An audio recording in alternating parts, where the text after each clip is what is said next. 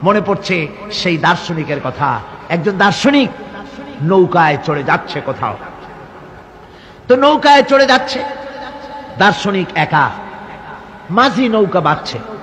দার্শনিক মানুষ তো মাথার মধ্যে দর্শন গিজগিজ গিজগিজ করছে, কথা বলার লোক পায় না। এখন মাঝির সাথে কথা বলার সিদ্ধান্ত নিল। শেষ পর্যন্ত বলল, রে মাঝি, কত বছর নৌকা চালাও? তা তো বহুত বছর, জীবনটাই কাটাই দিলাম। তা ভূগোল চেনো? ভূগোল কখনো দেখেছো? কই যে না, ভূগোল আমি দেখবো কোথাতে, আমি হলাম গরিব মানুষ, এগুলি ধনীদের কাম, তারা হয়তো খায় টায়, আমি ভূগোল দেখিও নাই খাইও নাই। বলে আশ্চর্য কথা, ভূগোল মানুষে খায় নাকি? জীবনটা তো সারা নেই, নষ্ট করে ফেলাইছে। মাঝি দাঁতগুলো বাইর করে দিয়ে বলতেছে, স্যার হইতেও পারে। কিছুক্ষণ পর দার্শনিক বলছে, এই বেটা, দর্শন বোঝো? স্যার খামোখাই শরম দিচ্ছেন, এ সমস্ত বড় লোকের খাবার, ওগুলি আমার সামনে বলে লাভ নাকি?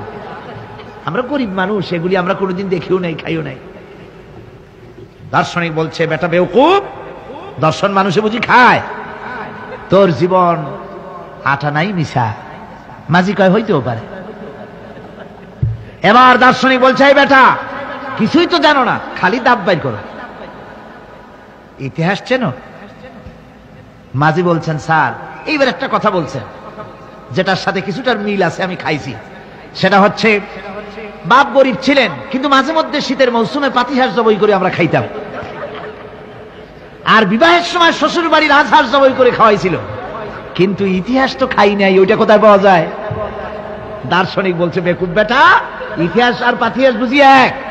তোর জীবন তো 12 আনাই মিশা। মাঝি কয় হইতেও পারে। কিছুক্ষণ পর উত্তর দিকে কালো মেঘ উঠেছে, আকাশ থমথমে ভাব, নদীর ভিতরে তুফান সৃষ্টি হয়েছে। মাঝি বলছে, স্যার সাঁতার জানেন? কয় যে না মাঝি, সাঁতার তো জানি না। মাঝি কয়, স্যার ভূগোল দর্শন ইতিহাস 3 সাবজেক্টে আমার জীবন 12 আনা মিশা, এখন তো দেখি এক সাবজেক্টে 16 আনাই মিশা আপনার। আমার তো 4 আনা আছে, 12 আনা ফেল, 4 আনা তো আছে, ওই 4 আনা দিয়ে আমি সাতরাইয়া কেনারায় উঠে যাব, আর ইতিহাস দর্শন পাতিহাস খাইয়া ডুবে মরমিয়া।